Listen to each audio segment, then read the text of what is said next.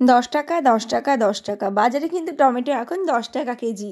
আর এই টমেটোই কিন্তু আর কয়েকদিন পরে একটা কিনতে হবে 12 থেকে 15 টাকা দিয়ে। তাই এখনই সময় কিন্তু সুন্দর সুন্দর টমেটোকে ফ্রোজেন করে রাখার। আর আমি কিন্তু এখানে বাছাই করে টমেটো নিয়েছি আর সেগুলোকে সুন্দর করে ধুয়ে নিয়ে তারপর 4 খণ্ড করে কেটে নিয়েছি।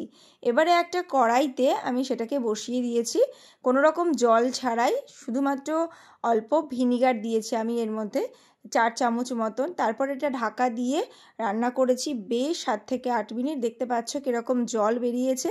আর একদম নরম হয়ে গেলে আমি এটাকে নামিয়ে কিন্তু ঠান্ডা করে নেব। তারপর এটাকে ব্লেন্ড করে নেব।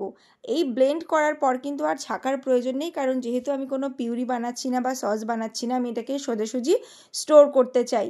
তো তার জন্য আমি একটা পাত্রে কিছুটা রেখেছি আর কিছুটা কিন্তু এরকম একটা ট্রেতে সাজিয়ে ছড়িয়ে দিয়েছি। তারপর এটাকে আমি ডিফ্রিজ করে নেব কিছুক্ষণ।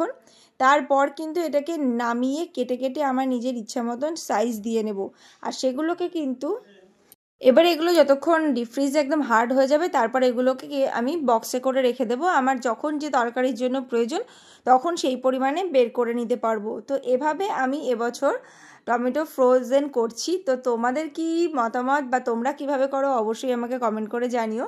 আর দেখা হবে নতুন কোনো রেসিপির সাথে। ততক্ষণ পর্যন্ত সবাই ভীষণ ভালো থেকো। আর তোমরাও কিন্তু টমেটো যার যার নিজের ইচ্ছা মতন ফ্রোজেন করে নিতে পারো।